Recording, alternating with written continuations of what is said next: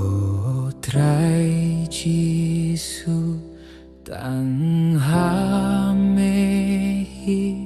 ngashem jingsu jingmen Sharum shaneng ngawat laslam tangha mengalashem Tangu Jisu balapinhun yaka minshim jonga jinge jingim jingman bahrau Jisu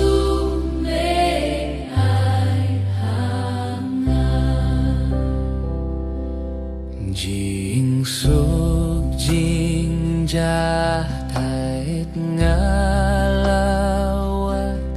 yame bun sien ngakle ban ban jing nyet jong me atrai yang kam sham ling de Tangu Jisu balapinhun yaka minshim jonga jinge jingim jingman bahrau Jisu may ai hana ngajubang jing ngel papur te ngaken taria metrai haduh cinggai bah jong me yang penlong temai Tangu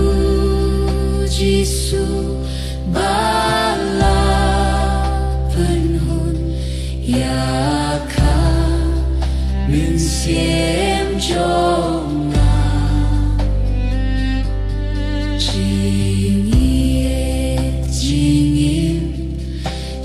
jingman bahrau Jisu may ai hanga Tangu Jisu balapinhun yaka minsiem jonga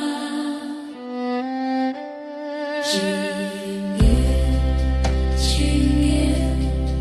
jingman bahrau